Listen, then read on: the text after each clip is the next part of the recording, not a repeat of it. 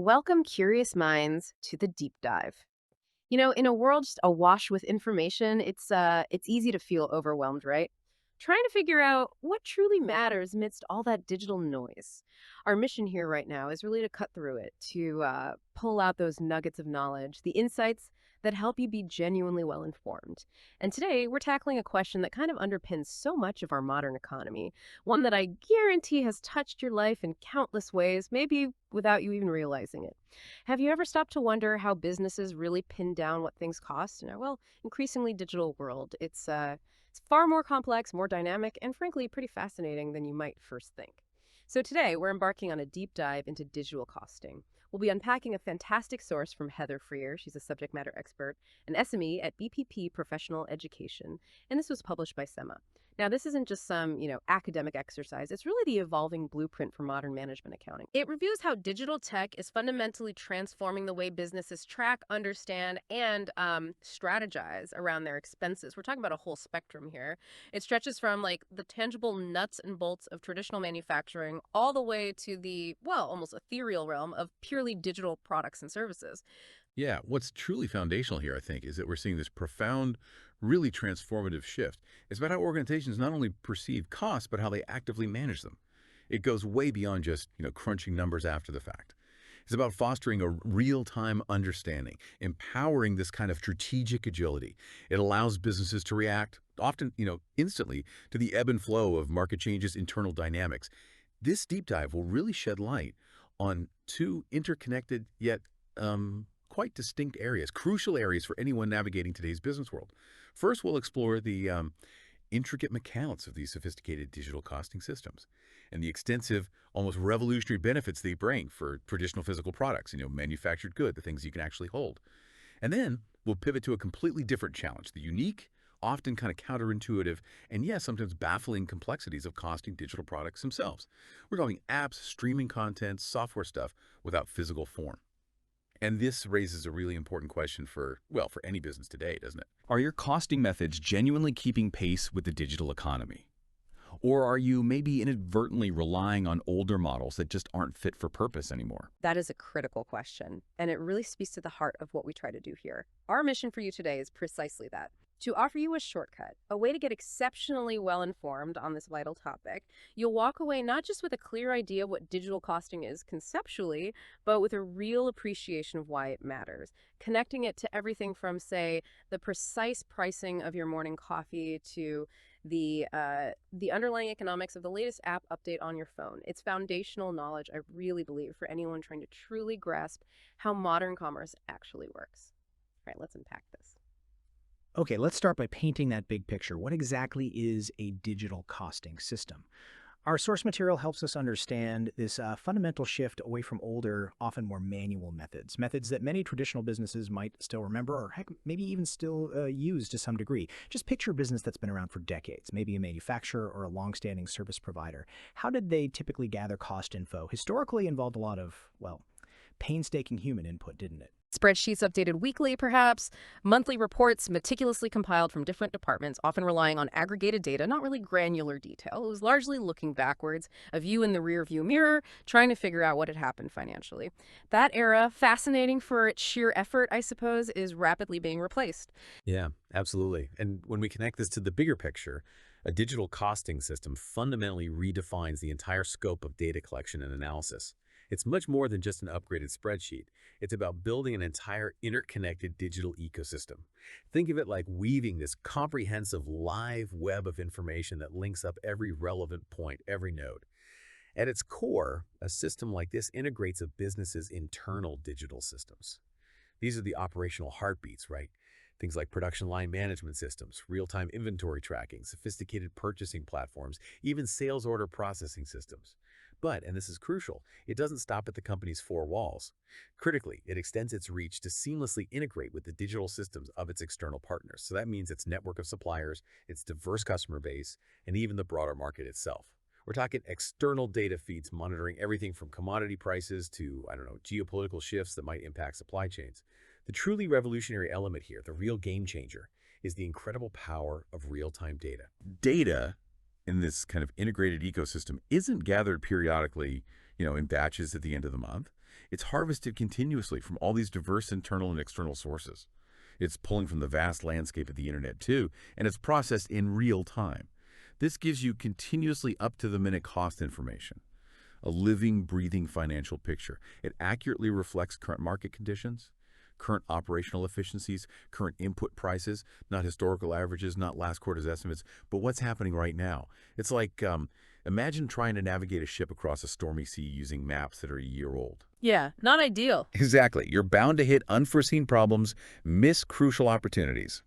A digital costing system is like having a constantly updated GPS, live satellite imagery, dynamic weather reports, real-time sonar readings, all feeding into one sophisticated command center. You get this immediate, accurate, and even predictive picture of your entire operational and market environment. You could even liken it to a highly sophisticated nervous system for the business. I like that analogy. Yeah, it's constantly getting sensory input from every single part of its internal body and every external stimulus. And just like our nervous system triggers adjustments to keep us stable, this system allows a business to make automated or, rapid strategic adjustments to maintain profitability, optimize efficiency, seize opportunities. This continuous immediate feedback loop from the smallest internal process to the largest market shift. It's not just transformative, it's becoming essential for businesses competing today. That's a really powerful analogy. It paints such a vivid picture of a truly responsive, almost living enterprise. So, with this nervous system constantly humming, constantly processing, what kind of specific granular information can a system like this actually pull in? This is where it gets really compelling, I think, because it goes so far beyond just a simple spreadsheet tallying up departmental costs. We're talking about a level of detail that was, well, previously unimaginable for most businesses, giving these granular insights that can drive genuinely intelligent, almost prescient decisions rather than just reacting after the fact. Exactly. The level of detail is, well, it's truly astounding. It moves us beyond simple financial reports into almost operational forensics. First, a system like this can pinpoint exactly where costs are being incurred within the production process or throughout the operational workflow.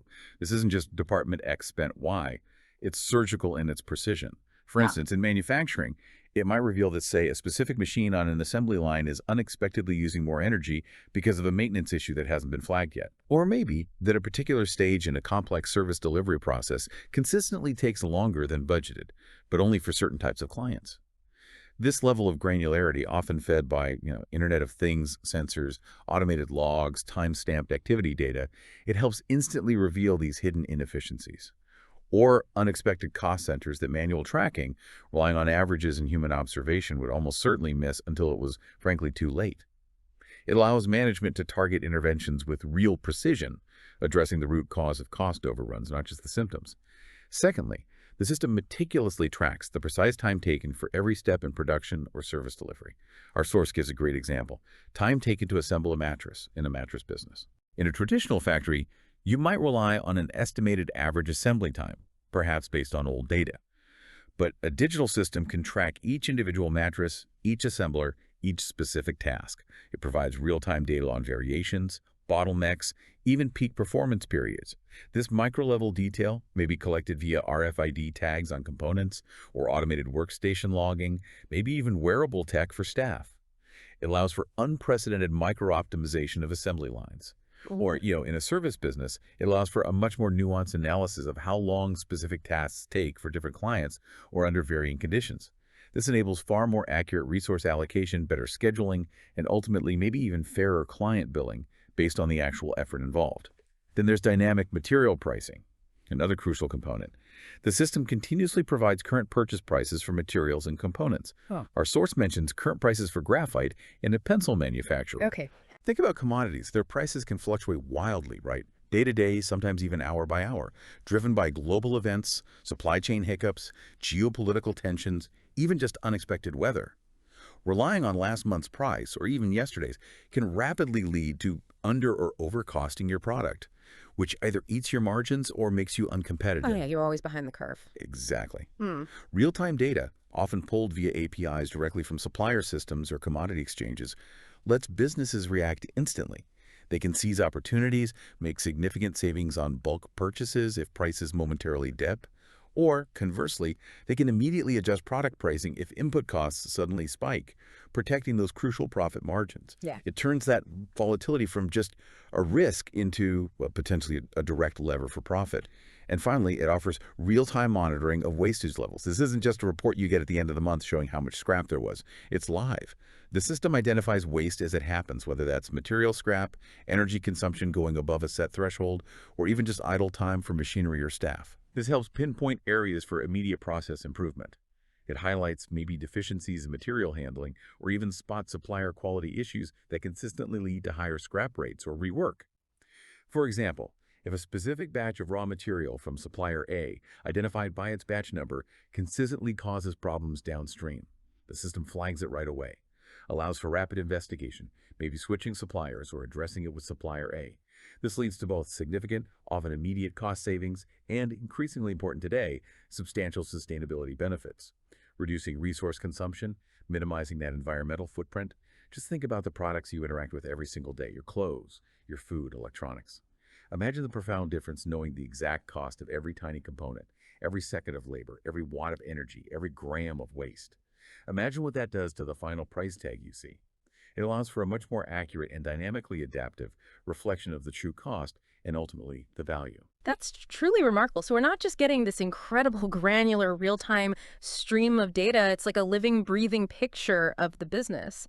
But what does this all really mean on a strategic level? How does a business actually benefit from this, well, unparalleled level of insight? It sounds like it moves beyond just knowing costs to actively managing and maybe even predicting them in a much more strategic, almost forward-looking way. Precisely. The benefits really cascade throughout the entire organization. It transforms reactive management into proactive strategic steering. One of the immediate and most tangible advantages, if we connect this back to the bigger picture, is in procurement, supplier management. Businesses gain this profound ability to find better lead times, more favorable prices from suppliers quickly and with unparalleled ease. Yeah. Traditional systems, like we said, might rely on periodic renegotiations, annual contracts, maybe manual price checks, which are inherently slow, reactive, often misleading opportunities. Digital systems, though, they automate this whole process. They're constantly scanning the market, integrating with supplier portals, maybe even using AI to analyze historical performance and current offerings, identifying optimal supplier relationships, pricing structures, delivery schedules, all in real time. Constantly optimizing. Yeah. Exactly. This capability directly impacts material costs, ensuring a business is always getting the best possible deal, or at least knows what the best deal is. It also enhances supply chain resilience, right? By quickly identifying alternative suppliers if your current ones run into problems. Our source rightly points out that a business with many bought-in components, think an electronics assembler or maybe an automotive manufacturer, would particularly benefit. They could instantly identify better deals or more reliable delivery options, leading to significant bottom-line savings and a much more robust supply chain. The core insight here really is agility. Real-time supplier data transforms procurement from this periodic chore into a continuous, optimized strategic function. This next point you mentioned is genuinely, well, revolutionary for anyone with a background in standard costing, like me. The idea that standards can be updated regularly sounds almost paradoxical. It really flies in the face of how many of us were taught. For so long, standards felt like these immutable targets, right? Painstakingly set in stone, only revisited maybe annually. It implies a complete reimagining of what a standard even means in this context. It really does. What's truly transformative here is how digital costing fundamentally reinvents standard costing. Traditionally, standards were often set annually, maybe semi-annually at best.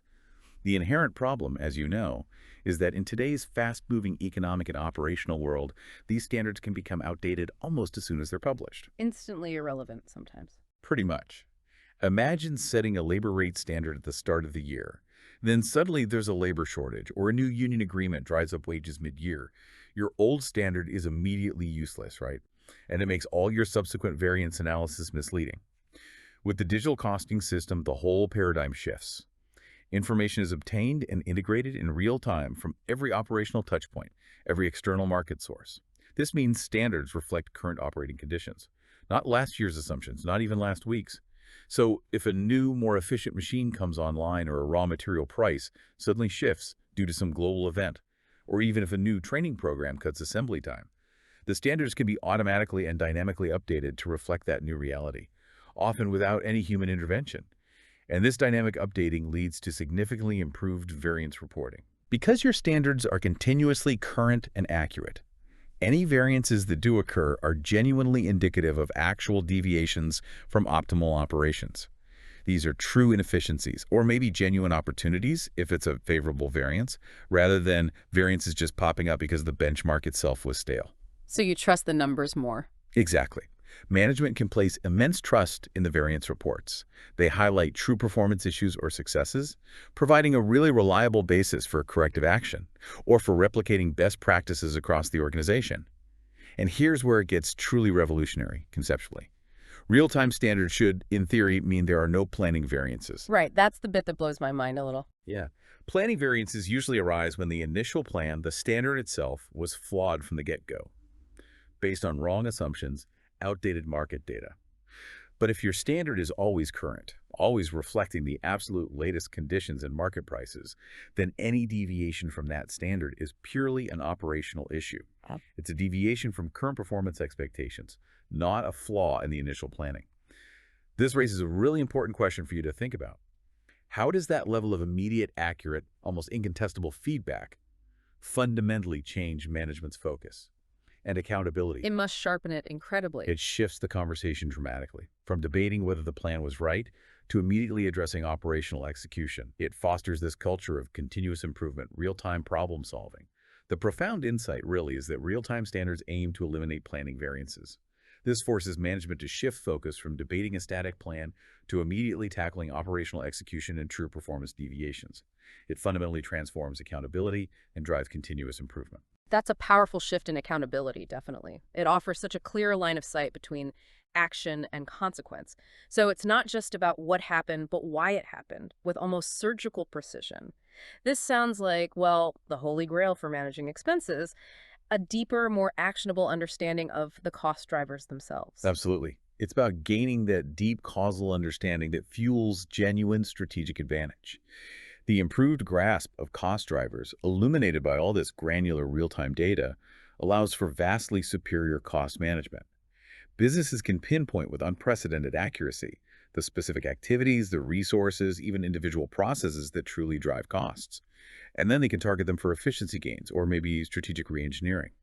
For instance, if a digital costing system reveals that, say, a particular type of packaging material isn't just expensive to buy, but also leads to higher handling costs because it's fragile and needs special equipment. Hidden cost. Exactly. The business can then make a thoroughly informed decision to switch to maybe a more robust, potentially cheaper, or easier to handle alternative. Understanding the full cost implication across the entire value chain, if a process improvement shaves even a few seconds off assembly time, the system immediately reflects that new, lower cost impact. It shows the direct financial benefit of that improvement in real time. This allows for continuous, iterative optimization. It's not just a one-off project. Yeah. And if we connect this to the bigger picture, it means pricing decisions can be significantly improved, moving from, let's be honest, often educated guesses to really data-driven certainty. More confidence in pricing. Definitely. Management gains a much clearer, real-time idea of how profitable different products truly are. Considering all current inputs, materials, labor, overhead, even the current market dynamics affecting demand, prices can be amended almost as soon as costing changes occur. This allows businesses to react swiftly to sudden market shifts or input cost fluctuations. This capability is critical for optimizing profit margins or maybe securing a competitive advantage. Imagine a competitor suddenly drops their price. With real-time costing, you know immediately, with confidence, if you can match it or beat it, or if it makes more strategic sense to hold your ground because your true cost structure just doesn't support a price war at that level. Knowing your floor. Precisely. The key insight is agility. Real-time pricing turns that volatility we talked about, especially with commodities, from just a risk into a direct lever for profit, enabling instantaneous adjustments that can secure competitive advantage and consistently protect margins. And for you, the consumer, what does this mean? Well, it could translate into more accurate pricing, perhaps even dynamic pricing sometimes. Pricing that truly reflects the current cost of production and demand, rather than historical estimates, potentially leading to more competitive prices, or maybe just more transparent value in the products you buy. That's a powerful vision of Well, operational excellence. It sounds like a digital costing system is this potent combination of a magnifying glass, a finely tuned stethoscope, and maybe even a crystal ball, all rolled into one for traditional product businesses. It fundamentally changes how they operate, how they plan, how they react to the market. But what happens when the product itself isn't physical at all? What about the apps, the streaming videos, the software, the digital experiences that are now so utterly prevalent, so indispensable in our lives? The rules must surely change quite dramatically there, right? Yeah. Yeah. Here's where this deep dive takes a truly fascinating and distinctly different turn. Costing a physical product, say a lawnmower, it has its complexities, sure. But fundamentally, you can see it, touch it, measure the materials, the labor, the physical components. You can count them, weigh them, track them through a warehouse. But what about something like a mobile phone app or a video game, a piece of sophisticated software, maybe even a digital artwork? Our source highlights some really profound differences here that force a complete paradigm shift in how we have to think about costs. It makes many traditional costing methods feel, well, pretty obsolete, actually. It really does.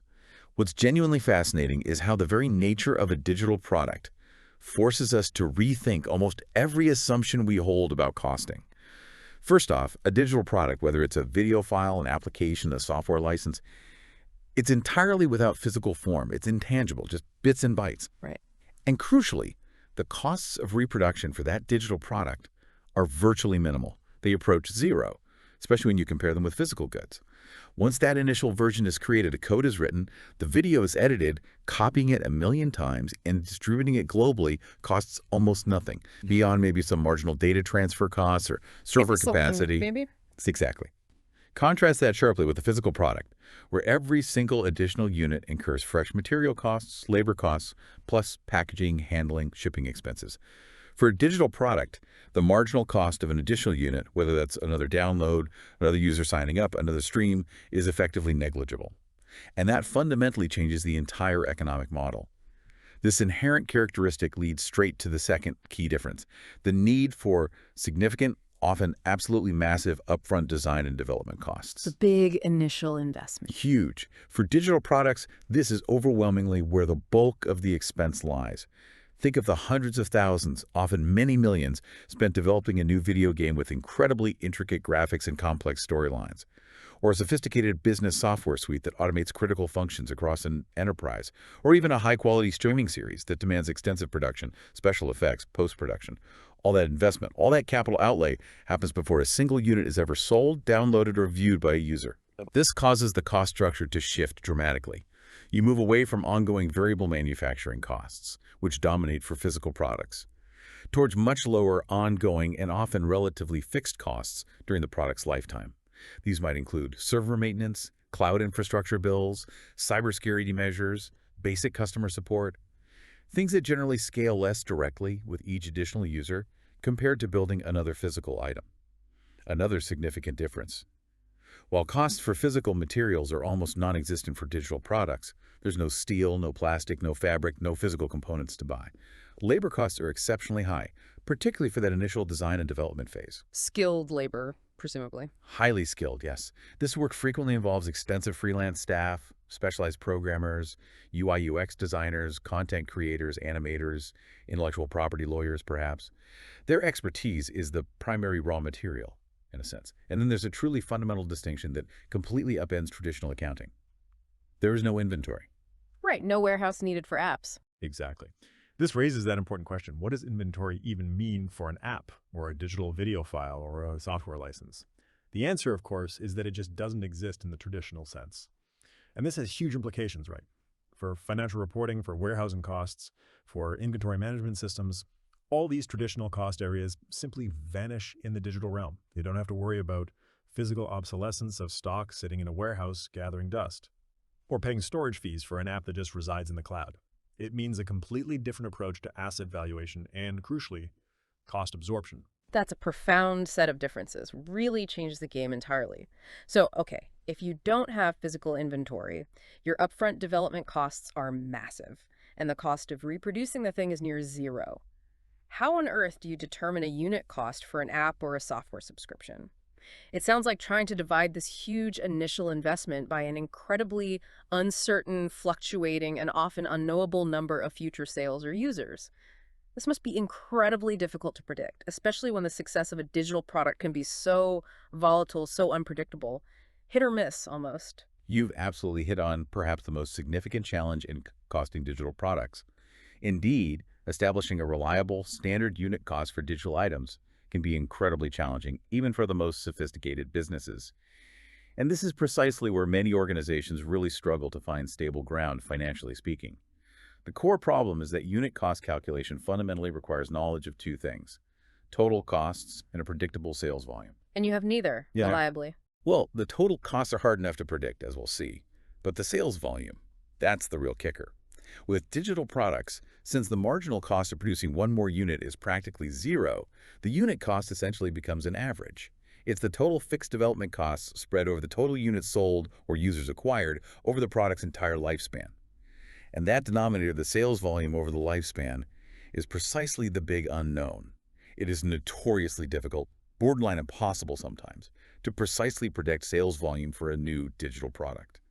Will an app become a global blockbuster, downloaded by millions, integrated into daily life? Like a TikTok or an Instagram. Exactly. Or will it remain a niche product, useful maybe, but with a limited user base? Your calculated unit cost will look vastly, incredibly different depending on that outcome, and you can only accurately determine it after the fact, looking back. Hindsight costing. Pretty much. Similarly, the lifespan of the product is also incredibly hard to predict. Will it stay relevant and profitable for just 1 year before a newer technology or a competitor makes it obsolete? Or will it endure for 10 years with continuous updates and improvements? This directly impacts how those massive upfront costs are amortized or spread out over time for accounting purposes, which affects reported profitability year to year. And adding another layer of complexity is forecasting the required amendments and updates. Digital products are rarely truly finished, are they? Never. Always an update pending. Right. They require constant patching, bug fixes, security updates, new feature development just to stay competitive, relevant, comply with new regulations, or maintain compatibility with operating systems. Think about the life cycle of any popular app you use. It's this continuous stream of updates, new features, bug fixes. Each of those adds to the lifetime costs, and forecasting them accurately at the initial launch, that's a massive challenge. So yeah, those initial creation costs are definitely not the end of the story. Further lifetime cost things like ongoing maintenance, dedicated customer support teams, scaling server infrastructure costs as usage grows, future feature development. These are far more difficult to estimate accurately at the outset than for, say, a physical product with a more predictable wear and tear cycle. It just adds significant layers of uncertainty to the total cost picture. A business also needs really good knowledge of the rapidly evolving market and a keen foresight into how future technologies or new competitive entrants might impact the product's demand and its cost structure. Crystal ball gazing, almost. A bit like that, yeah. A disruptive competitor, an unexpected shift in consumer preferences, maybe the emergence of an entirely new platform. Any of these could rapidly erode demand, or necessitate costly redevelopments just to stay in the game, making cost recovery uncertain and forcing this continuous reevaluation of the product's total economic viability. And finally, there's the incredibly complex, often quite contentious issue of allocating indirect costs. Ah, the overhead allocation nightmare. Exactly, but amplified in the digital world. This raises that important question. How do you determine how much of the total indirect costs, things like shared R&D facilities, general company overhead, or maybe underlying platform development, that supports multiple products, how much relates to a specific digital product? And then how do you fairly absorb these costs into its cost calculation? Our source gives the example of upgrades which benefit more than one product. Right, like updating the core engine that runs several apps. Precisely. If an underlying software platform gets a significant upgrade, and that platform supports, say, 5 different apps, a streaming service, and maybe an internal company tool, how do you fairly allocate that upgrade cost to each individual app or service? Is it based on anticipated usage, revenue generated, processing power consumed, developer time allocated to each product, or just some arbitrary percentage split decided in a meeting? It sounds really subjective. It can be incredibly complex and subjective, yes, often leading to allocation decisions that, while necessary for financial reporting, can distort the true profitability insights for individual digital products. Even traditional activity-based costing models, which try to be more precise, often struggle to capture the complex interdependencies and shared infrastructure costs inherent in a modern digital ecosystem. Wow. So, whether you're meticulously managing the costs of a physical product with these cutting edge digital systems, or you're striving to put a realistic price tag on an intangible digital creation, it's abundantly clear that the world of costing is more dynamic, more data driven, and far more complex than ever before. It's a field that's constantly evolving, really pushing the boundaries of what we can measure, predict, and ultimately understand about value in this 21st century. Absolutely. If we connect this all back to the bigger picture and try to distill our insights from this deep dive, we've seen that digital costing systems integrate a business's entire internal operational world with its external partners, suppliers, customers, the broader market. This seamless integration provides this unparalleled real-time data that drastically improves cost knowledge, operational efficiency, and strategic decision-making, especially for traditional physical products. It impacts everything, doesn't it? From how granular standards are set, how variances are reported, to how products get priced in a dynamic market. And ultimately, it affects a business's overall profitability and its competitive agility. It really transforms reactive accounting into proactive, almost predictive, strategic management. On the other hand, costing purely digital objects requires a completely different mindset, a true paradigm shift. It's far less about variable manufacturing costs per unit and much more about those significant, often massive upfront creation costs, followed by ongoing, equally critical maintenance and update costs. The long tail of costs. Exactly. Businesses in this space are constantly grappling with navigating highly unpredictable sales volumes and product lifespans, and perhaps most vexingly, dealing with the unique challenges of fairly allocating those shared development and infrastructure expenses across multiple intangible products. In this digital world, the traditional concept of unit cost becomes a truly elusive concept. Often it's a moving target, heavily dependent on future market success and that ongoing investment stream. Hopefully, this deep dive has given you, our listener, a fresh, maybe more nuanced perspective on a crucial yet often behind the scenes aspect of modern business. It's definitely not just for accountants or financial controllers, is it? It's really about understanding the engine room of modern commerce and innovation. It affects everything from how products are designed to how they're priced to how they ultimately get delivered to you, the consumer. The ability to precisely measure, adapt, and maybe even predict costs in real time. It's no longer a luxury, is it? It feels like an absolute necessity for any business hoping to not just survive, but to really thrive and innovate in today's rapidly changing global market. And this perhaps raises a final important question for you, our curious listener, to maybe consider long after this conversation ends. As more and more of our economy inevitably shifts towards digital products and services, and as these digital costing systems become even more sophisticated, leveraging AI, predictive analytics, how will our fundamental understanding of value and cost continue to evolve? That's a big question. It is. Will the traditional lines we draw between product and service, or even between tangible and intangible assets, will they blur so much that we might need entirely new economic models, new accounting frameworks, just to accurately account for them? And maybe even more excitingly, what does that mean for the next truly disruptive innovation coming our way? And how will we, as a society, assess its true economic impact, its contribution to value, in this increasingly digital future? That is definitely something to mull over. A huge thank you for joining us on this deep dive into the intricate and evolving world of digital costing. We really hope you found it insightful, maybe a bit thought-provoking, and that it sparks even more curiosity for your own explorations. Until next time, keep learning, keep questioning, and keep diving deep.